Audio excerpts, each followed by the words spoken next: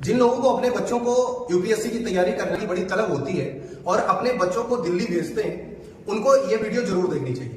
आपको लगता है कि आपने पैसा खर्च कर दिया है और आपके बच्चे सुरक्षित हैं। ये इन पेरेंट्स की जिम्मेदारी है, आप लोगों की जिम्मेदारी है कि आप अपने बच्चों को कहां भेज रहे हैं, किस लिए भेज रहे हैं। आप जाकर वहां देखें कि हमारा बच्चा किस हालत में रह रहा है, किस तरीके से पढ़ रहा है, वहां सेफ्टी कैसी है, वो कैसे रह रहा है। अगर अचानक कोई आपदा आ जाती है तो फिर वो कैसे बचेगा, आप लोग खुद नहीं ध्यान रखते। दूसरे को ब्लेम करने से पहले आपके अपने बच्चों की क्या समस्याएं हैं आपने खुद नहीं पूछा है। दिल्ली में जो कोचिंग का हादसा हुआ है, आपके ही बच्चे, आप इस वीडियो को पूरा देखिएगा, आपके बच्चे क्या क्या समस्याएं बता रहे हैं। कभी आपने अपने बच्चों से पूछा कि हमारे बच्चे जो पढ़ने गए इतनी दूर, उनको क्या समस्याएं हैं? अभी तक अवेयर नहीं है। तो ये जो हादसा हुआ है जिसमें 10 से 15 बच्चे मारे गए, खुद अपने बच्चे क्या कह रहे हैं उन समस्याओं को कम से कम अब तक नहीं देखा है तो आज देख लीजिए। आप कहीं भी अपने बच्चों को भेजें तो उनके साथ जाएं, वहां की व्यवस्था देखें, वहां की सेफ्टी रिक्वायरमेंट्स को देखें। सिर्फ पैसा दे देने से आप पढ़ाई नहीं करवा रहे हैं, आप बच्चों की जिंदगी दांव पे लगा रहे हैं। तो आइए देखते हैं ये वीडियो, फिर आपको पता चलेगा कि आपके बच्चों के साथ क्या समस्याएं हैं। आइए चलते हैं। प्राइमरी जिम्मेदार तो हमारी एमसीडी है, जो उनकी देखरेख में ये सब चीजें नहीं होनी चाहिए थी वो है। सेकंड, हम मेरे हिसाब से जो अक्यूज होने चाहिए वो हमारे जो कोचिंग इंस्टीट्यूट है वो उनके डायरेक्टर होने चाहिए, बिकॉज उनके नेतृत्व में ही जो बिल्डिंग है उसका इंफ्रास्ट्रक्चर पे प्रॉपर ध्यान नहीं गया है। Main culprit here is the MCD and director who neglected the students interest. ये रीअकरिंग एक सिचुएशन है। दूसरा ये है कि एमसीडी हमारा रिपीटेड ऑफेंडर है। यहाँ पे सारे बेसमेंट में वॉशरूम चोक होता है, यानी सीवेज जो है वो बैक मारता है। सीवेज बैक मारने का मतलब है जितना भी सीवेज है वो बेसमेंट के वॉशरूम से बाहर आता है, यानी जो बच्चा अंदर है वो अंदर के पानी से भी फंस गया और बाहर से भी वो पानी से फंस गया। हम लोग जिन इंस्टीट्यूट्स में पढ़ रहे हैं वो प्रीमियम इंस्टीट्यूट्स है।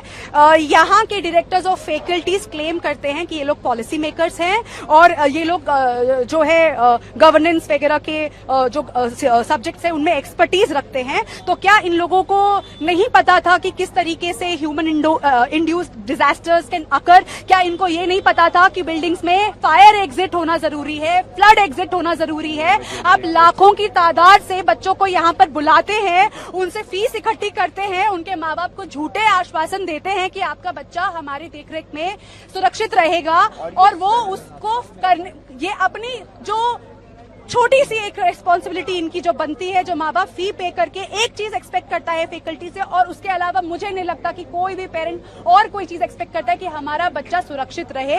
यहाँ पे उनकी जान के साथ जानबूझ के खेला गया है, क्योंकि 3 दिन पहले जो इंसिडेंट हुआ है वो incident was enough to open the eyes of the administration. Sorry, बीच में इंटरप्ट करना चाहूंगी। आपको यहाँ पर समझने की ये जरूरत है कि हम यहाँ पे एस्पिरेंट्स है और हम कोई भी पॉलिटिकल मुद्दे एंडोर्स करने यहाँ पर नहीं आए हैं।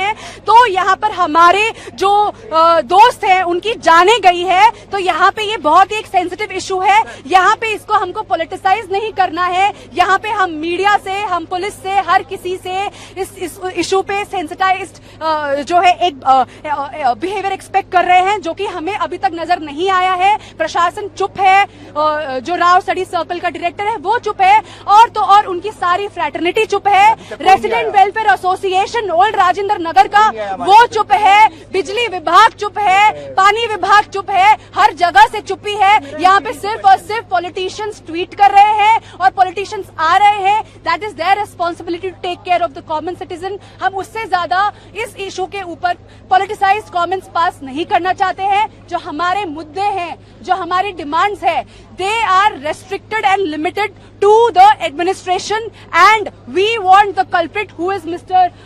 Ved Gupta to come here, क्योंकि उनका यहाँ पे ना होना सिर्फ और सिर्फ ये चीज नहीं दिखाता है कि वो कितने चैन से इस इशू के ऊपर रिएक्ट कर रहे हैं, वरना अभी तक उनकी नींदें उड़ जानी चाहिए थी। यहाँ पे लाइनों से, तादाद से यहाँ पे सारे कोचिंग इंस्टीट्यूट्स के डायरेक्टर्स को प्रेजेंट होना चाहिए था। अब आप ये देखिए, हम सफर कर रहे बैठूंगी, मेरे माँ बाप ने मुझे कैसे यहाँ भेजा है वो उन्हें पता है, और उनका बच्चा घर पे रिजल्ट छोड़ो, घर पे वापस जिंदा न जा पाए, इससे बड़ी शर्म की क्या बात है। ये एक फैक्ट्री है, इंक्यूबेशन फैक्ट्री है यूपीएससी की, और हमारी सिक्योरिटी और सेफ्टी का यहाँ पे कोई ध्यान नहीं रखा गया है। It is a very very shameless thing. 24 घंटा पता है आपको कितना होता है? उस 24 घंटे में 24 1000 से ज्यादा पैनिक अटैक्स उसके उन बच्चों के पेरेंट्स को आ रहे होंगे, जो यहाँ पे दोस्त, सगे संबंधी, फ्लैटमेट्स, रूममेट्स जो है, जिनके रूममेट्स वापस नहीं आए हैं, उनके फोन कॉल्स नहीं लग रहे हैं, वो लोग जो स्लीपलेस नाइट्स के थ्रू जो जा रहे हैं, do you really think 24 hours is justified for them? यहाँ पे फॉरगेट अबाउट द रिपोर्ट, यहाँ पे हमको ऑफिशियल्स जो यहाँ पे पुलिस जो खड़ा है, हमारी जो आईएएस जो आए थे, हमारे आईपीएस जो यहाँ आए थे, वो हमको प्रॉपर बॉडी काउंट्स नहीं दे रहे हैं। और मुझे तो लग रहा है कि बहुत सारे लोग मिसिंग है, ये भी झूठ है। These numbers are literally tampered with.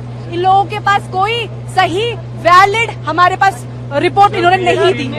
MCD की आपदा वाली। सर मेरा नाम वैभव सिंह है, मैं यूपीएससी एस्पिरेंट हूँ। जी हाँ, मैं जस्ट पीछे रहता हूँ इस बिल्डिंग की। जी हाँ, एमसीडी ने कहा है कि ये आपदा है। सर मैं मानूंगा ये पूरी तरह से लापरवाही है। सर मैं 2 साल से यहाँ रह रहा हूँ, आधा घंटा बारिश होने पर सर घुटनों तक पानी आ जाता है, और ये सर 2 सालों से लगातार हो रहा है। सर आपदा वो होती है जो कभी कभार होती है, एक बार होती है। सर हम 2 साल से देख रहे हैं, ये लगातार हो रहा है। दूसरी बात सर, मैंने अपने मकान मालिक से बात किया, उन्होंने बताया कि वो 10 से 12 दिन से जाकर काउंसलर से यहाँ बोल रहे थे लगातार कि नालों की सफाई कराई जाए, लेकिन वो नालों की कोई सफाई नहीं करा रहे हैं सर।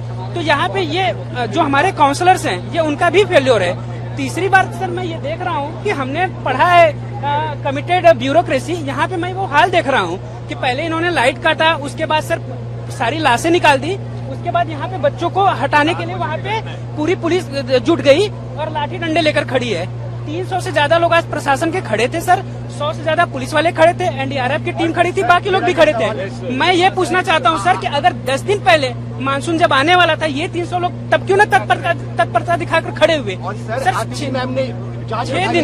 6 दिन पहले सर पटेल नगर में हमारा एक दोस्त था, मेंस की तैयारी कर रहा था सर, उसका करंट लगने से डेथ हो गया। आज 3 जो डेथ हुई है सर, अभी इनके साथ पेरेंट्स को पता। सर पहली डिमांड है कि जितने भी कल्प्रिट लोग हैं उनके खिलाफ एक्शन लिया जाए। उससे पहले सर इमीडिएट डिमांड है कि जितने डेथ काउंट है और सर जितने इंजरीज है वो हमको साफ बताया जाए।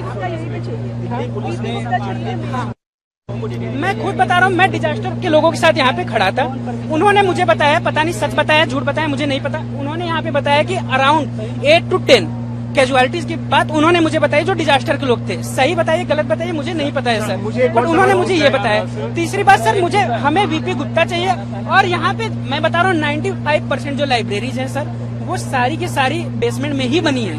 आज तो एक जगह हो गया ये घटना सर, कल हर जगह पे हो सकता है, तो हमें सर वो सारे लोग चाहिए, वो ये सिस्टम बंद होना चाहिए। पैसे ये लोग सर अंधा ले रहे हैं, यहाँ के मकान मालिक हो या लाइब्रेरी वाले हो। सर यहाँ पे एक रूम जिसमें 2 बच्चे रह रहे हैं, उसका टोटल रेंट 20,000 है। बिल्कुल एमसीडी की भी गलती है सर, करप्शन वहीं से चालू होता है, फिर उसके बाद सर दूसरी गलती यहाँ के कोचिंग वालों की है, क्योंकि करप्शन तो सर वहीं से शुरुआत होता है ना, ध्यान उन्होंने नहीं दिया। सर मेरा नाम लवकुश कुमार पांडे है, मैं यूपीएससी की प्रिपरेशन कर रहा हूँ, लास्ट 3 ईयर से मैं यहीं पर हूँ। सर जैसा कि मैं बताना चाहूंगा सर कि जैसे यहाँ पे हम देखें तो सबसे बड़ी प्रॉब्लम जो है कि 80% लाइब्रेरियां जो है बेसमेंट में है, और हमें यहाँ ये देखने को मिलता है कि जैसे ही अगर बारिश 10 मिनट भी होती है, यहाँ पे बाढ़ आ जाती है। तो आज तक इस पे एमसीडी वर्क नहीं कर रही है। ये रिस्पॉन्सिबिलिटी एमसीडी की है अगर पानी भर जा रहा है। अगर 10 से 15 मिनट में दिल्ली में बाढ़ आ जा रही है, ओआरएन में बाढ़ आ जा रही है, सबसे पॉश एरिया है, हम 2-2.5-3 लाख रुपए फीस दे के यहाँ पढ़ रहे हैं, इसकी रिस्पॉन्सिबिलिटी एमसीडी की है। यही एमसीडी अगर एक टपरी पर से पैसे लेने हो जो लगी हैं, उनसे पैसे लेने में बहुत रिस्पॉन्सिबल हैं। यहाँ पे आपको मैं बताना चाहूंगा कि अगर मान लीजिए आज एक लाइब्रेरी में ऐसा हुआ इंसिडेंट, इसको रेस्क्यू करने में अब 12 से 15 घंटे लग गए और किसी की लाइफ नहीं बची है, 99% लोग नहीं बचे हैं। सबसे पहले सर कि मेरी ये डिमांड है सर कि एमसीडी को फोकसली वर्क करना चाहिए कि अगर यहाँ पानी भर रहा है, एक कमेटी सेट होनी चाहिए। 2-3 मेजर रीजन है। पहले कि यहाँ पे सभी नंगे तार घूम रहे हैं सर, नंगे तार घूम रहे हैं, कोई इसकी रिस्पॉन्सिबिलिटी नहीं ले सकता। यहाँ डर बना रहता है 10 मिनट के बारिश के बाद कि हम कहाँ उतरे, कहाँ छुए, कहाँ टच करें। जी सर। दूसरा डिमांड सर कि जितनी भी लाइब्रेरियां हैं सबके लिए एक कमेटी हो जिससे वो करें कि हाँ लाइब्रेरी खोलनी चाहिए या सही जगह या नहीं या सर। और